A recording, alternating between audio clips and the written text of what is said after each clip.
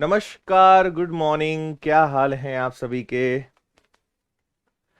चलो भाई, विशाल, नेहा, करण, श्रवण, Durgesh, Kritika, Prabhakar, Bhan Singh, Neeraj, Shravan, Shubham, Rahul, good morning. Good morning.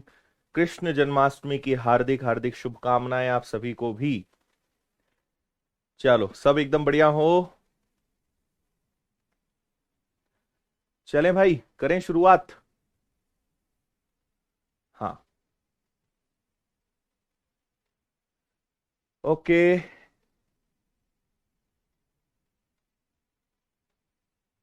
हम्म।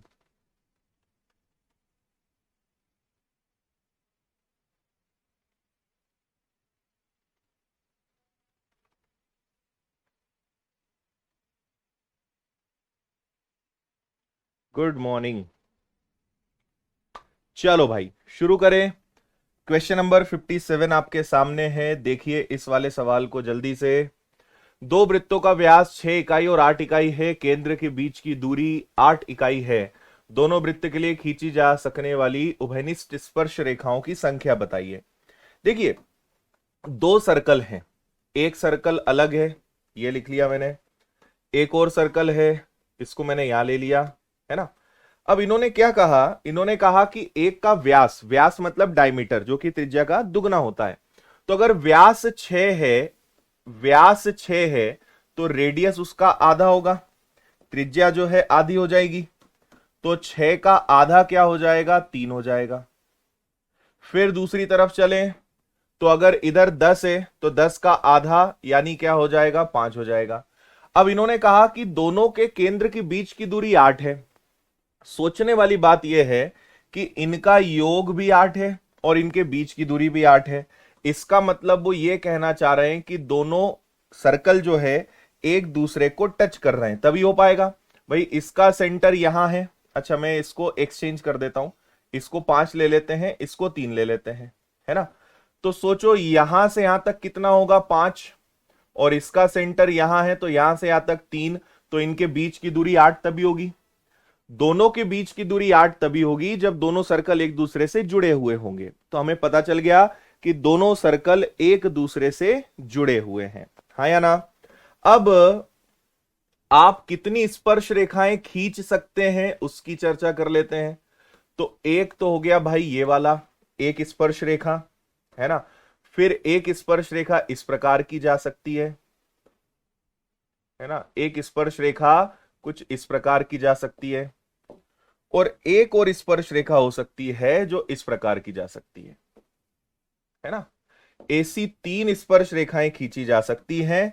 तो आपके प्रश्न का आंसर क्या आएगा, 3। उभयनिष्ठ स्पर्श रेखा, कॉमन टेंजेंट, यानी जो दोनों को टच करे, तो ऐसी 3 स्पर्श रेखाएं हो सकती हैं, है या ना। करेक्ट।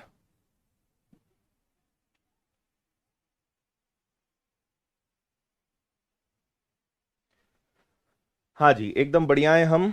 आप बताओ क्या हाल है।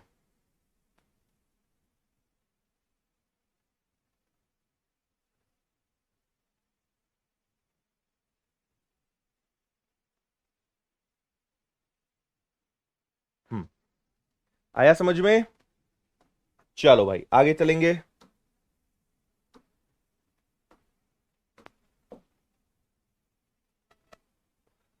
इस सवाल को देखिए, थोड़ा सा बड़ा करूं क्या मैं इस डायग्राम को। अच्छा, ये बड़ा नहीं हो सकता।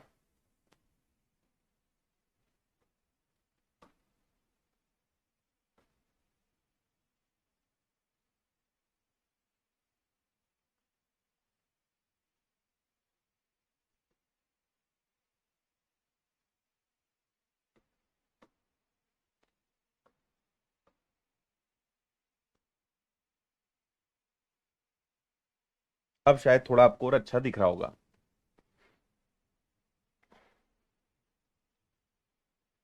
हम्म। आपसे यहां पे जो पूछा है ना, वो पूछा है इस सर्कल की रेडियस। इस वृत्त की आपसे पूछी है त्रिज्या। इसकी पूछी है आपसे रेडियस, किसकी त्रिज्या क्या है। और ये जो कोने पे आयत दिख रहा है ना, इसकी लंबाई पता है कितनी है? इसकी लंबाई है 10, और सॉरी इसकी, हाँ ये लंबाई है तो ये 20 हो जाएगी और ये क्या हो जाएगी 10। यानी जो कोने पे आयत बना है उसकी लंबाई और चौड़ाई कितनी है? 20 और 10 है। बस इतना सा बोला है और इसके आधार पे आपको क्या करना है? इसके आधार पे त्रिज्या निकालनी है। बहुत अच्छा सवाल है, ध्यान से देखिए, है ना? हाँ ऋषि बढ़िया है वो। ओके, और टॉक सेशन में मैं आपके सारे प्रश्नों का जवाब दूंगा। टॉक सेशन तक आप थोड़ा इंतजार करें और अभी पढ़ने पे ध्यान लगाएं सब लोग, है ना? चलो तो सुनिएगा भाई ध्यान से। यहां पे आपसे क्या कहा गया है? वृत्त की परिधि पर एक बिंदु आयत के कोने ए पर भी पाया जाता है। अब मुझे क्या करना पड़ेगा? एक बात समझना आप,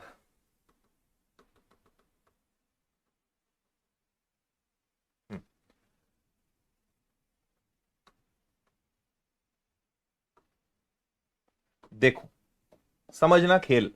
ये हो गया आपका सेंटर, ये हो गया आपका सेंटर। अगर मैं आपसे इसको इधर मिलाने का कहूं, ठीक है, इसको ऐसे मिला दूं और इसको भी ऐसे मिलाने का कहूं, ये ऐसा और ये ऐसा और ये ऐसा, अगर ऐसा कुछ मिलाने का आपसे कहा जाए और फिर आपसे पूछा जाए, आपको पता है कि ये 20 है और ये 10 है ना? अब हम जानते हैं, क्या जानते हैं हम, कि इस पूरे की लंबाई, भाई केंद्र से परिधि तक टच करोगे तो ये पूरा कितना है? देखो ध्यान से समझना, ये पूरा है आर। अगर मैं आर में से यहां तक की लंबाई 10 है, ये 10 है, तो ये पूरा आर है, उसमें से 10 हटा दूं तो मुझे क्या पता चल जाएगा कि यहां से लेकर यहां तक की लंबाई है R-10। ठीक है, कितना है? R-10। ठीक इसी प्रकार, एकदम इसी प्रकार हम अगर यहां पर जाएं, ठीक है,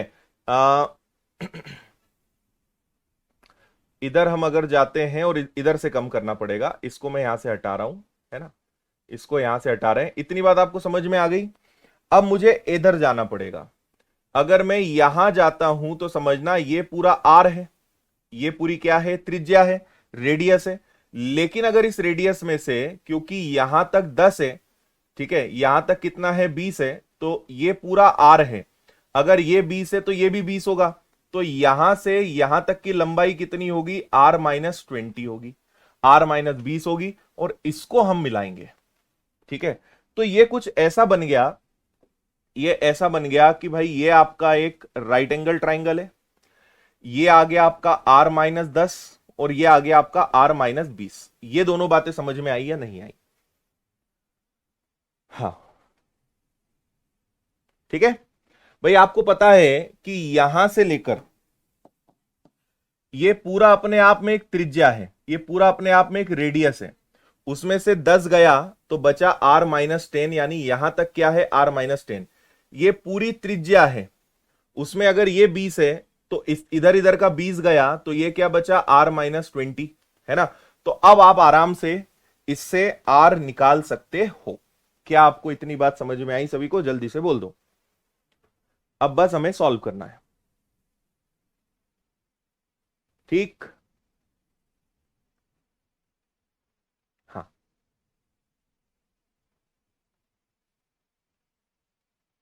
करेक्ट है। ओके भाई, लेकिन यहां पे उम, उम, उम, ये वाला आपका आर का मामला नहीं जम पाएगा ना?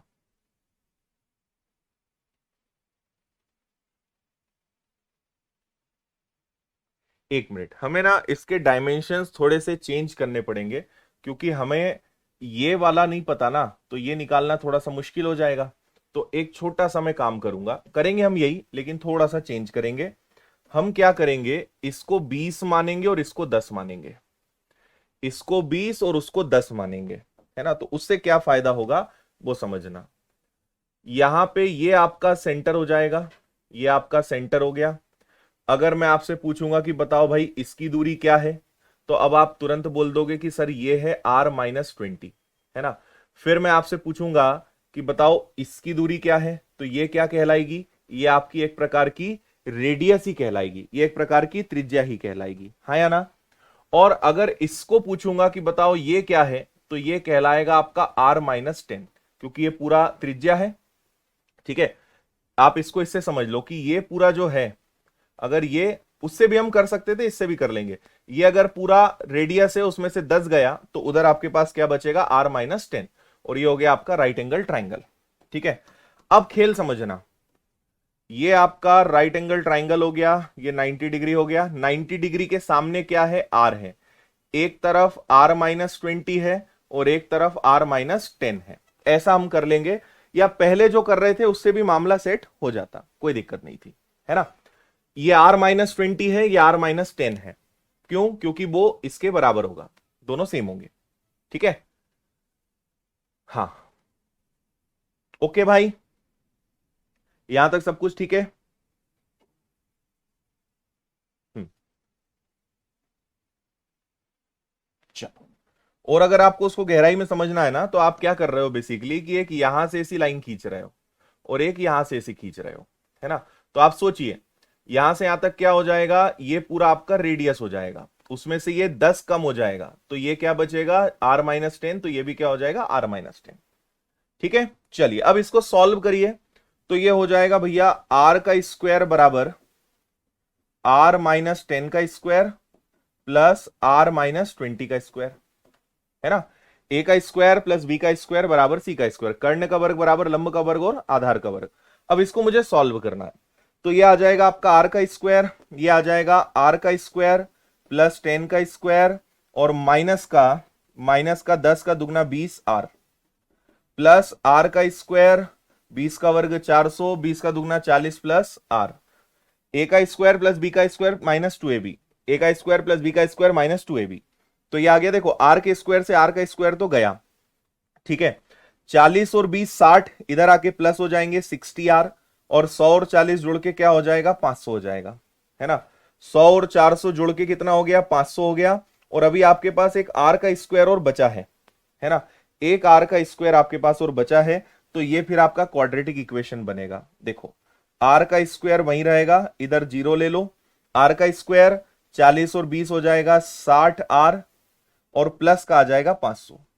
अब आपको ऐसी संख्या सोचना है जिनको जोड़ने पे माइनस का 60 आए, लेकिन गुणा करने पर क्या आ जाए, गुणा करने पर 50 आ जाए। तो सिंपल आप 50 और 10 ले लो, है ना। इसमें बड़ी संख्या दोनों को आप ये ले लोगे, तो -50 और -10 जोड़ के माइनस का 60 और गुणा होगा तो प्लस का 500, लेकिन फाइनल वैल्यूज जो मानी जाएगी वो प्लस का 50 और प्लस का 10 माना जाएगा।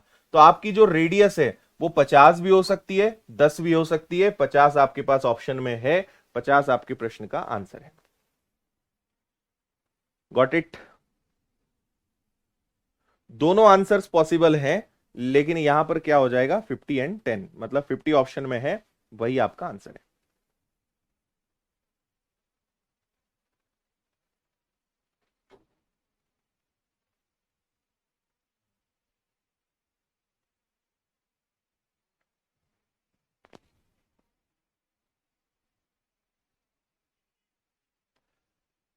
आया समझ में।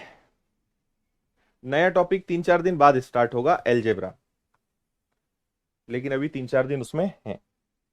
बताओ भाई, क्लियर है। ये द्विघात समीकरण है, क्वाड्रेटिक इक्वेशन है, ऐसी संख्याएं सोचनी है जिनको जोड़ने घटाने पे माइनस का 60 आए, लेकिन गुणा करने पर 500 आए। -50 -10 +50 गुणा करोगे तो प्लस का 500, है ना। तो चिन्ह फाइनल बदलेंगे तो रेडियस जो मानी जाएगी वो क्या मानी जाएगी, 50 या 10, दोनों ऑप्शन कभी साथ में आ नहीं सकते, तो कुछ भी एक माना जाएगा। ओके, और यहां पे मैं आपको फिर समझा रहा हूं कि ये पूरी त्रिज्या है, उसमें से 20 गया तो यहां तक की लंबाई कितनी होगी, R-20। ये पूरी त्रिज्या है, उसमें से 10 गया तो क्या बचेगा, R-10। और ये अपने आप में केंद्र से परिधि तक की दूरी क्या कहलाती है, त्रिज्या। तो ये आपका कुल मिला के इसको आपको सॉल्व करना था और R की वैल्यू निकालनी थी। ठीक है, बाकी a+b का या a-b का हमने फॉर्मूला लगाया, a-b का स्क्वायर। चलिए अगला सवाल देखिए। दोनों ऑप्शन कभी नहीं आ सकते साथ में, एक ही आएगा। दोनों आएगा तो प्रश्न गलत माना जाएगा।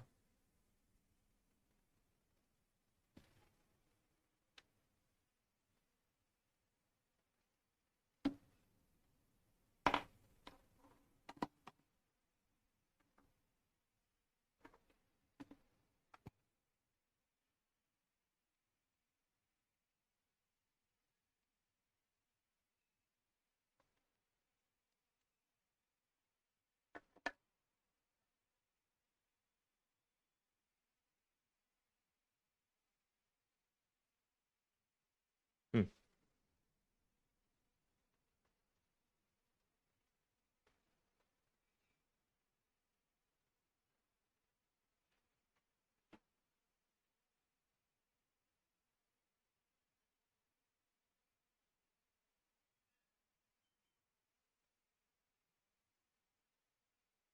नहीं, 10 20 आप कहीं भी मानेंगे आंसर सेम आएगा। 10 20 आप कहीं भी मान लो आंसर सेम आएगा। वृत्त और वर्ग के क्षेत्रफलों का योग। देखो, वृत्त का क्षेत्रफल होता है पाई आर स्क्वायर और वर्ग का क्षेत्रफल होता है ए का square. Area of circle, area of square, जो दोनों का योग कितना है, 170 है। वृत्त का व्यास 14 है, व्यास 14 है, यानी रेडियस कितनी हो गई, 7 हो गई, है ना, रेडियस 7 हो गई। तो ये आ गया 22/7 इंटू 7 का स्क्वायर प्लस ए का स्क्वायर इज इक्वल टू 170। इसको सॉल्व करेंगे तो आपको शायद याद होगा कि इसको सॉल्व करने पे 154 आता है, नहीं तो 7 से 7 गया, 22 का 7 गुना, ये 154 इधर जाएगा।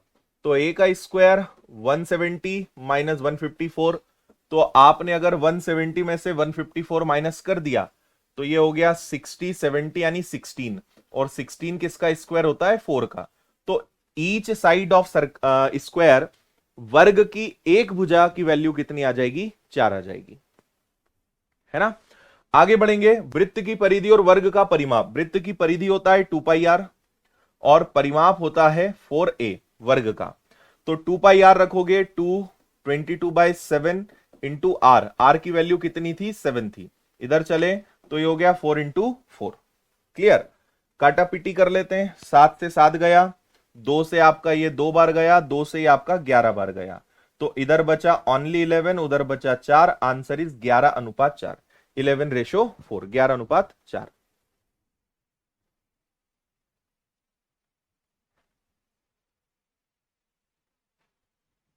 ठीक है, कोनो दिक्कत।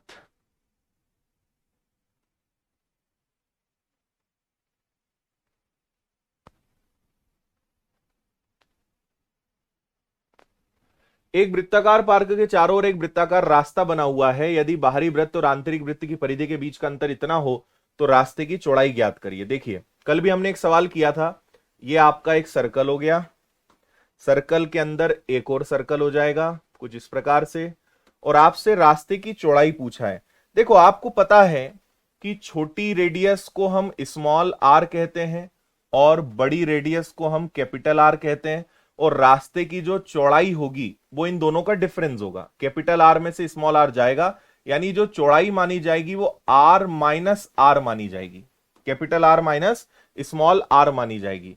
अब आपसे कहा है बाहरी वृत्त और आंतरिक वृत्त की परिधि का अंतर इतना है ना। तो बाहरी परिधि क्या हो जाएगी, 2πr, अंदर की परिधि क्या हो जाएगी, 2π small r is equal to 132।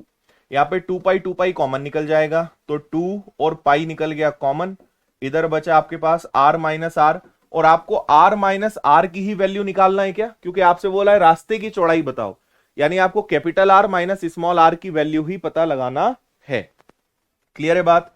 फिर इसके बाद आगे चलते हैं। तो यहां पे आपने करा कि भाई 22 का दुगना 44, 44 से कैंसिल हो गया, ये 3 बार 7 का 3 गुना करा, capital R minus small r is equal to 21। 21 आपका आंसर आ जाएगा, ऑप्शन बी 21। Okay, done.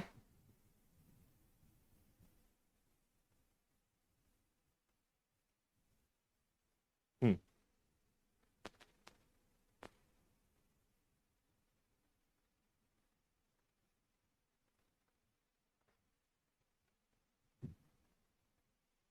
चलिए आगे।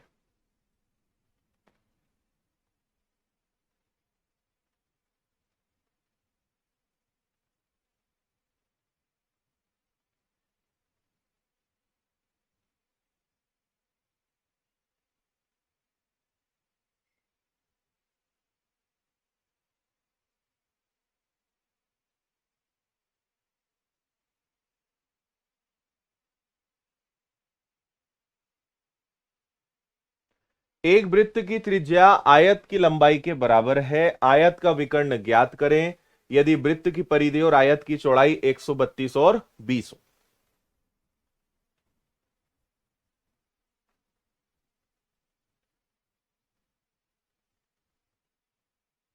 ठीक है, वृत्त की त्रिज्या आयत की लंबाई के बराबर है, वृत्त की त्रिज्या आयत की लंबाई के बराबर है।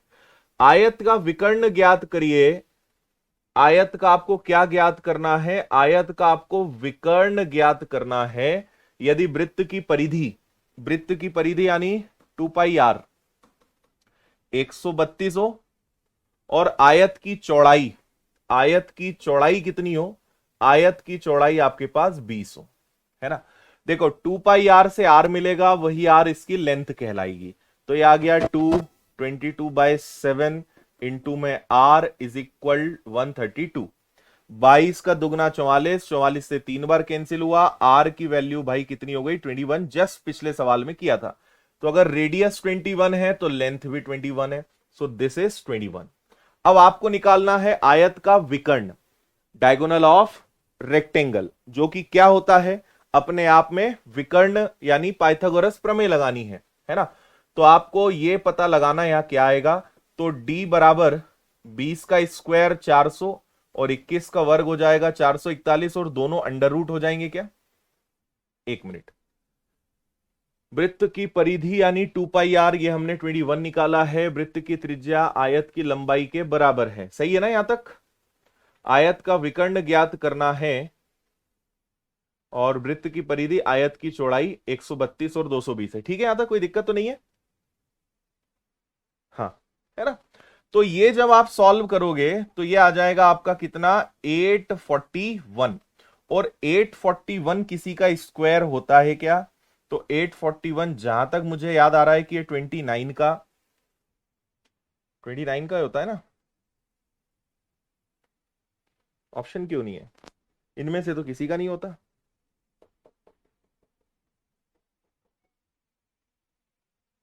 ठीक है, कोई दिक्कत नहीं है, इतना कठिन सवाल तो नहीं है। आंसर इसका 29 ही आएगा।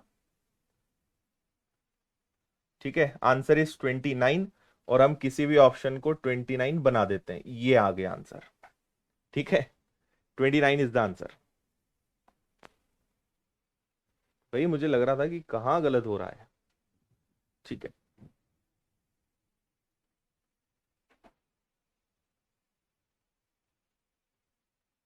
चलिए। एक तार को एक वर्ग के रूप में मोड़ा गया जो 576 वर्ग सेंटीमीटर क्षेत्रफल को घेरता है। उसी तार को जब एक वृत्त के रूप में मोड़ा जाता है तो परिबद्ध क्षेत्रफल क्या होगा? है ना। यानी ये एक तार था, आपने पहले इसको क्या करा? एक स्क्वायर बनाया। इसी तार को बाद में आप क्या करोगे? एक सर्कल बनाओगे। तो सर्कल का, वृत्त का क्षेत्रफल क्या होगा? अगर जब आपने उसी तार को वर्ग बनाया तो क्षेत्रफल 576। वर्ग का क्षेत्रफल होता है ए का स्क्वायर, यानी ईच साइड, प्रत्येक भुजा जो है वो कितनी है? 24 है। एक भुजा 24 है तो चारों भुजाएं कितनी हो जाएगी? 96। यानी जो तार है, इस तार की जो लेंथ है वो कितनी है? 96 है ना। तार की लेंथ कितनी है? 96 है। इसी तार को आपने अब क्या करा? सर्कल बनाया। तो जब आपने इसको सर्कल बनाया तो ये 2πr के इक्वल में 96 आ गया, क्योंकि है तो अभी भी यही, है ना। तो ये आ गया 2, ये आ गया 22/7 into r is equal to 96। फिर आप इसको सॉल्व कर सकते हो। तो 2 से कैंसिल करोगे 48 और 2 से कैंसिल करोगे तो ये आ जाएगा 24। तो r की वैल्यू आ जाएगी 24 इंटू 7 डिवाइडेड बाई 11। थोड़ी सी बड़ी वैल्यू आ गई। अब आपसे बोला है एरिया, इसका क्षेत्रफल, तो पाई आर स्क्वायर। पाई मतलब 22/7 और r का स्क्वायर यानी 24, 24, 7 और 7 डिवाइडेड बाय 11, 11। मैंने सबको दो दो बार लिखा क्योंकि स्क्वायर करना है। 24, 7 दो दो बार है, नीचे 11 है तो 11 हो गया। इसको अब हम सॉल्व करेंगे, है ना। तो 11 से कैंसिल होगा ये 2 बार और 7 से एक साथ आपका चला जाएगा। इसके अलावा अब कुछ नहीं हो सकता और डिजिटल सम यहां पे लगेगा नहीं। डिजिटल सम क्यों नहीं लगेगा? क्योंकि आंसर दशमलव में है और दशमलव अनंत तक जा रहा है, तो डिजिटल सम नहीं लगेगा, है ना। तो आपको पूरा पूरा ही सॉल्व करना पड़ेगा। तो देखिए 24 और 24 हो गया आपका 576, मल्टीप्लाई बाय 7 का डबल हो गया 14, और यहां पे क्या आ गया 11। अब मैं आपको एक छोटी सी बात बताना चाहता हूं, सोचिए 11 से ये मान लो 11 से ये 11 एकम और बचा 3 और 0, तो 11 दूनी 22 यानी 1.2। जब मैं 576 का गुणा 1.2 में करूंगा तो आंसर 576 से तो बड़ा ही आएगा, और 576 से बड़ा मात्र एक ही आंसर है, बाकी सब छोटे हैं, तो कैलकुलेशन करने की जरूरत नहीं है, ये आंसर आ जाएगा। एक लगभग मैंने बताया है ना कि अगर मैं यहां पे 1.2 करता हूं तो आंसर 576 से तो बड़ा ही आएगा, और 576 से बड़ा सिंगल ऑप्शन है, ए वाला ऑप्शन आ जाएगा। डन।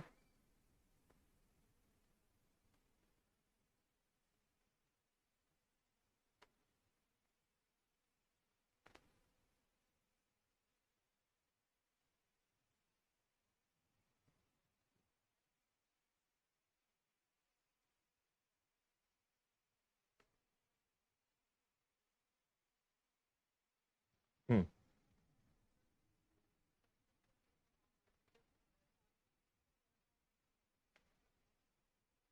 चलो भाई अगला सवाल।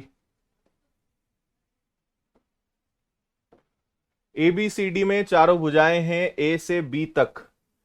ए से बी तक की लंबाई कितनी है? ए से बी तक की लंबाई 6 है। बी से सी तक की लंबाई कितनी है? 7.5 है। सी से डी तक की लंबाई कितनी है? 3 है। तो आपसे डी से ए तक की लंबाई पूछी गई है, और आपको पता होगा कि जब स्क्वायर या चतुर्भुज के अंदर वृत्त होता है तो आमने सामने की भुजाओं का योग दोनों तरफ के बराबर होता है ना। इनका योग 6 और 3 का योग 7.5 और x के बराबर होगा, इनका योग इनके बराबर होता है, तो 9 में से 7.5 को बस घटाना मात्र था। Answer is 1.5, 1.5, 1.5।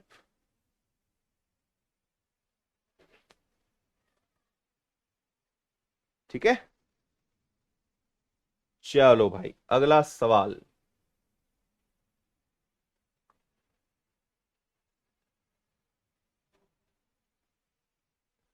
एक घन के सबसे लंबे विकर्ण की लंबाई 7√3 है, आयतन ज्ञात करिए। देखिए घन आ गए हैं, अब घन मतलब होता है इंग्लिश में क्यूब, और इसका डायगोनल होता है घन, पता है ना आपको। ठीक है, ऐसे अपन बचपन में बनाया करते थे। ये एक घन है और इसका विकर्ण आपसे पूछा है, तो इसका विकर्ण मतलब ये इस प्रकार से होगा। तो घन का विकर्ण क्या होता है? a√3 which is equal to 7√3। √3 से √3 गया, a की वैल्यू कितनी आ गई? सेम। a की वैल्यू कितनी आ गई? सेम। आयतन बताइए, तो आयतन मतलब 7 का क्यूब कर देना है, 343। घन का आयतन क्या होता है? 343। एमपी आबकारी क्या होता है? एक्साइज डिपार्टमेंट है मध्य प्रदेश का, उसकी एग्जाम का प्रश्न था।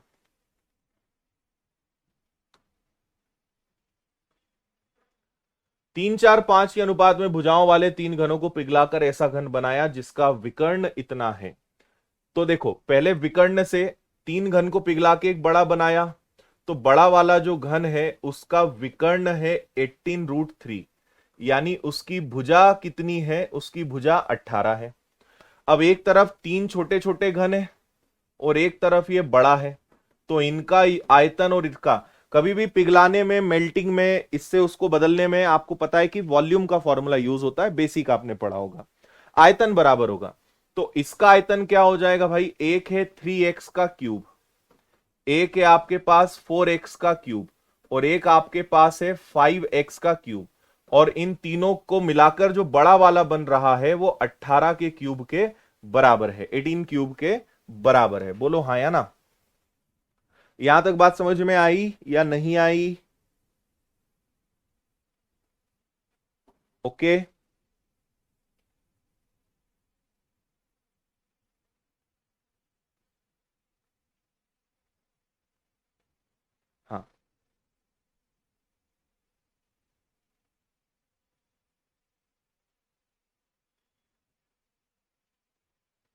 ठीक है, चलिए, तो यहां पे 3 का घन हो जाएगा 27x3, 4 का हो जाएगा 64, 5 का हो जाएगा 125, और मैं बोलता हूं इसको 18 ही रहने दो, कैलकुलेशन में आपके लिए आसान रहेगा, है ना।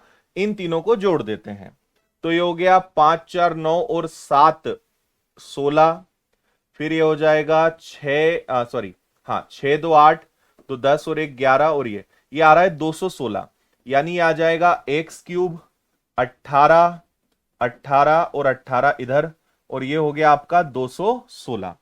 अब थोड़ा सा अगर मैं दिमाग लगाने जाऊं तो मुझे एक चीज और पता है कि 216 अपने आप में क्या होता है, 6 का घन है।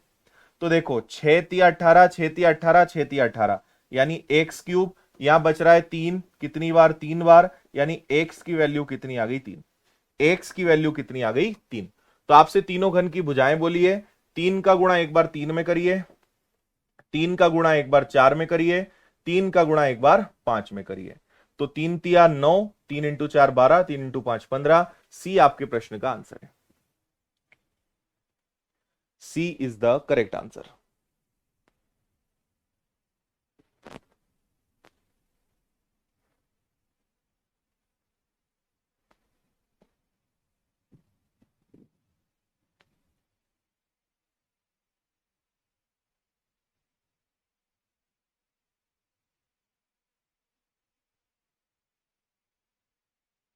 आया,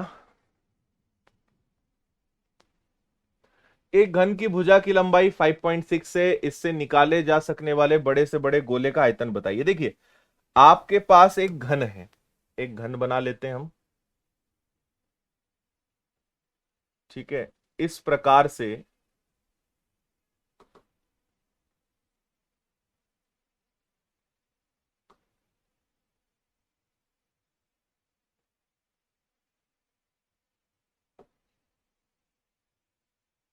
ये एक घन है, इससे आप बड़े से बड़ा गोला, कितना बड़ा गोला आप निकाल सकते हैं, ये आपसे पूछा गया है ना।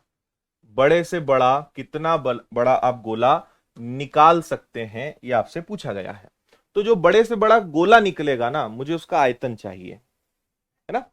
तो आपको एक बात यह समझनी है कि भाई जो भी गोला निकलेगा बड़े से बड़ा, यहां पे क्या होना चाहिए, ये दोनों तरफ टच भी करेगा ना, ये सब तरफ टच भी करेगा, इधर भी टच करेगा, ऐसा हो जाएगा, है ना। अब आपको पता है, चलो पहले हम एक काम करते हैं, इसकी भुजा 5.6 है, तो यहां से लेकर यहां तक ये 5.6 है।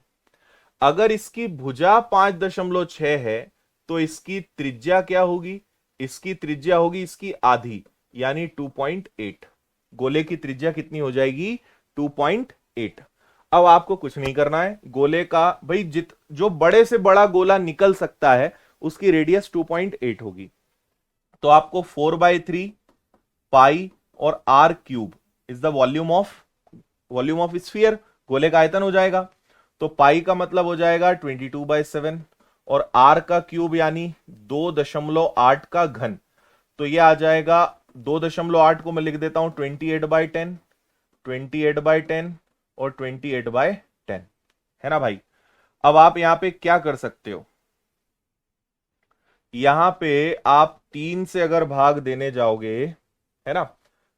अब यहां पे भी एक समस्या है, क्या समस्या है, 7 से तो आप इसको कैंसिल कर दोगे 4 बार, ठीक है, लेकिन 3 से कोई भी कटेगा क्या, 3 के पहाड़े में कुछ नहीं आता, क्योंकि 3 के पहाड़े में कुछ नहीं आता है, तो इसका आंसर अनंत तक जाएगा डेसिमल के बाद। तो फिर हमारी मजबूरी यहां पर क्या हो गई कि हम डिजिटल सम नहीं लगा सकते, है ना, डिजिटल सम आप नहीं लगा पाओगे, ये ध्यान रखना, ठीक है।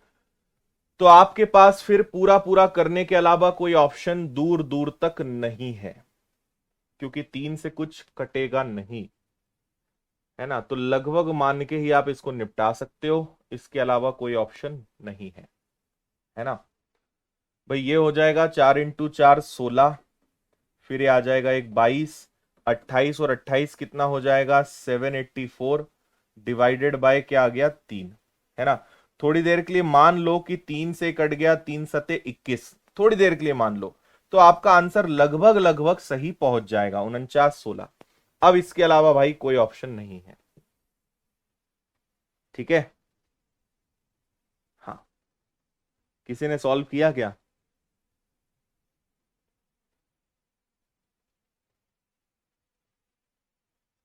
ओके,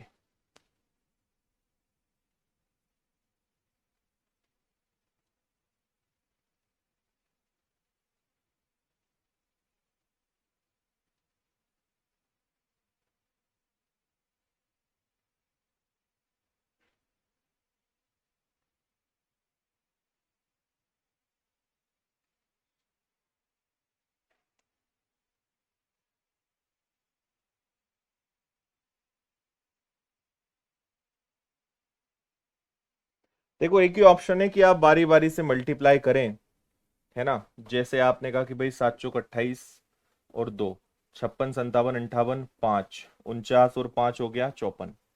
फिर आपने इसमें 16 का गुणा कर दिया, तो 16 8, है ना, 8 12, फिर 128 जीरो, 64 12 हो गया कितना, 67, 80 87, मतलब ये आपका हो जाएगा, इसके बाद 3 जीरो, यानी 90 से ऊपर आएगा ये।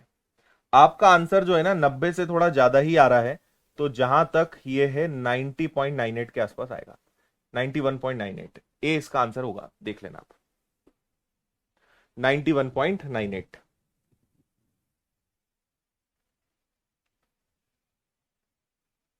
है ना। और यहां पे 7 दशमलव समथिंग समथिंग है, ये याद रखना, डायरेक्ट नहीं आएगा। ठीक, चलो आगे।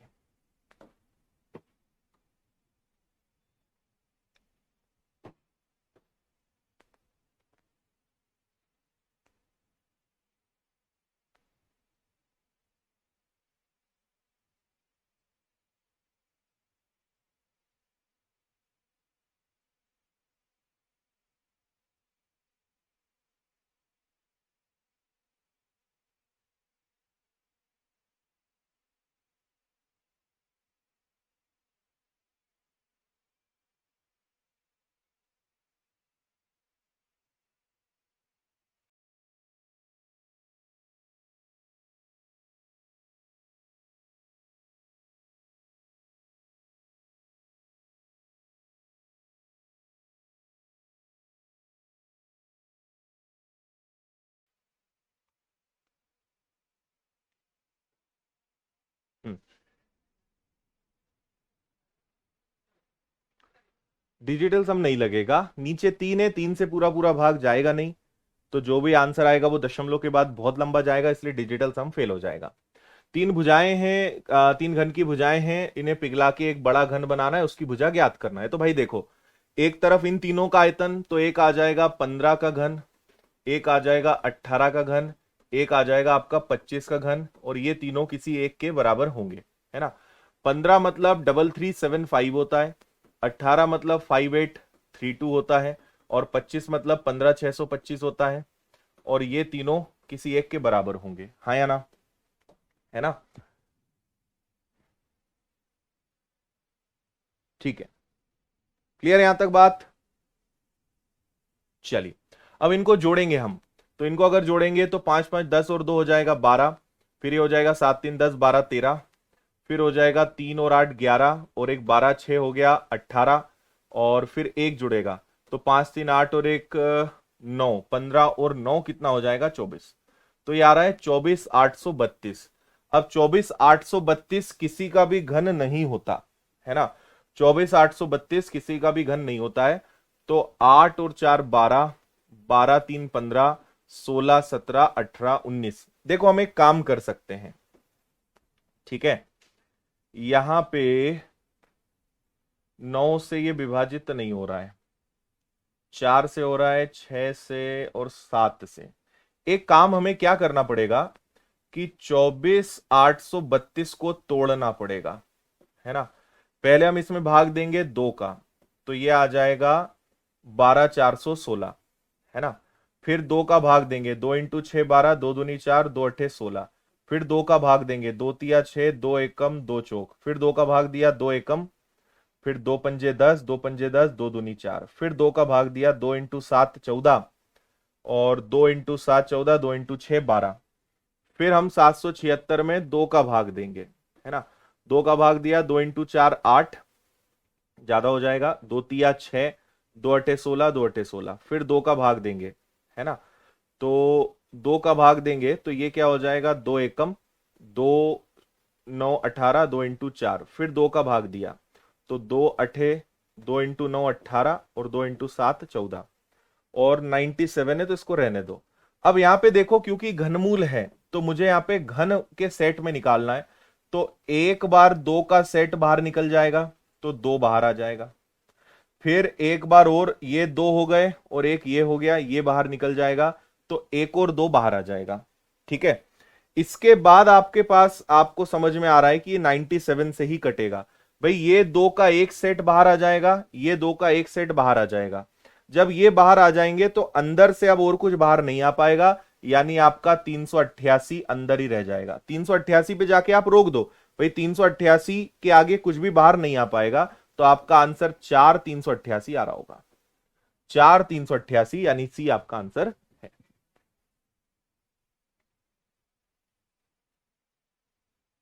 हम्म, सही बात।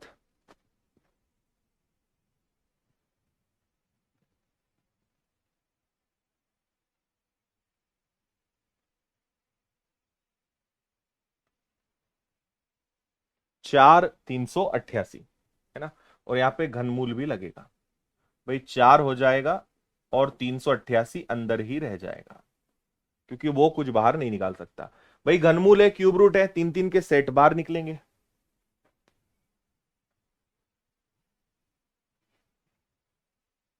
अगला,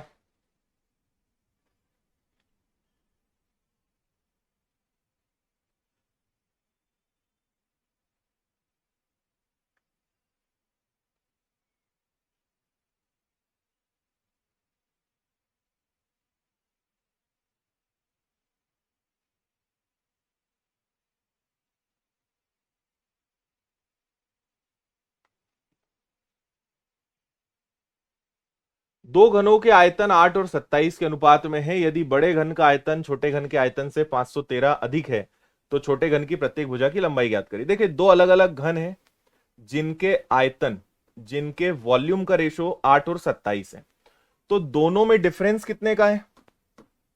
दोनों के आयतन में डिफरेंस 19 का है, जबकि रियल में डिफरेंस कितने का है? 513 का है ना। दोनों के आयतन में 513 का डिफरेंस है, जबकि रियल में 19 का, रेशो में 19 का डिफरेंस है। 19 की वैल्यू 513 है तो एक बराबर कितना, तो 19 का दुगना हो गया 38, 38, और 38 गया तो 38 के बाद हो गया ये 19 सते 133, यानी 1 की वैल्यू 27 है। तो छोटे घन की भुजा बताना है। अब 1 की वैल्यू 27 है, 27 का मल्टीप्लाई अगर मैं 8 में कर दूं तो ये आ जाएगा छोटे घन का आयतन, जो किसके बराबर होगा? ए क्यूब के बराबर होगा। छोटे घन का आयतन ए क्यूब के बराबर होगा। अब आपसे प्रत्येक भुजा बोली है तो ये चला जाएगा इधर, क्यूब रूट बन जाएगा 27 इंटू 8 का। तो 8 किसका क्यूब है और 27 किसका क्यूब है? तो आंसर इज 6, 6।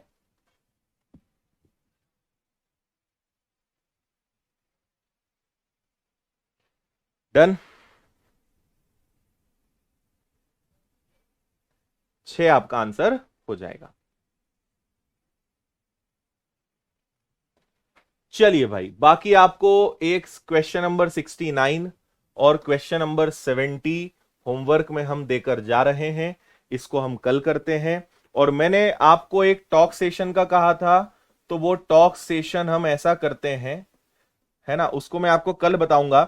लेकिन जैसा मैंने आपसे कहा कि आप जो भी मुझसे पूछना चाहते हैं, ADITYA पटेल पूरा कंटिन्यू में है, स्पेलिंग सही लिखना, @gmail.com। आपका जो भी प्रश्न है, आप चाहते हैं कि सर इस प्रश्न का जवाब मैं आपसे चाहता हूं या चाहती हूं, तो वो आप मुझे मेल करिएगा। हम लोग सैटरडे या संडे किसी एक दिन टॉक सेशन रखने वाले हैं, जिसमें मैं आपके प्रश्नों के जवाब दूंगा, और इसको मेल करना है। अपने प्रश्न के साथ आपका नाम, आप कहां से हैं, आपका मोबाइल नंबर, ठीक है, और आपका बैच, इतनी डिटेल्स आपको जरूर सेंड करनी है। नाम, सिटी, मोबाइल नंबर और बैच, ताकि इन केस मुझे आपसे कुछ समझना हो तो मैं आपसे कॉल पे भी बात कर सकूं, अगर आपका प्रश्न समझना आए तो, या हमारी टीम को उससे रिलेटेड और डिटेल्स चाहिए हो, है ना। जहां तक है हम शनिवार को करेंगे, सैटरडे को रख लेंगे, शनिवार को टॉक सेशन रख लेंगे, बाकी मैं और कल आपको बता दूंगा, है ना। तो मेल करना है Aditya Patel winners, continue, spelling सही लिखना, ठीक है। चलो भाई, tata bye bye, take care, Jai Hind, खुश रहिए, मस्त रहिए, मुस्कुराते रहिए, बहुत बहुत धन्यवाद।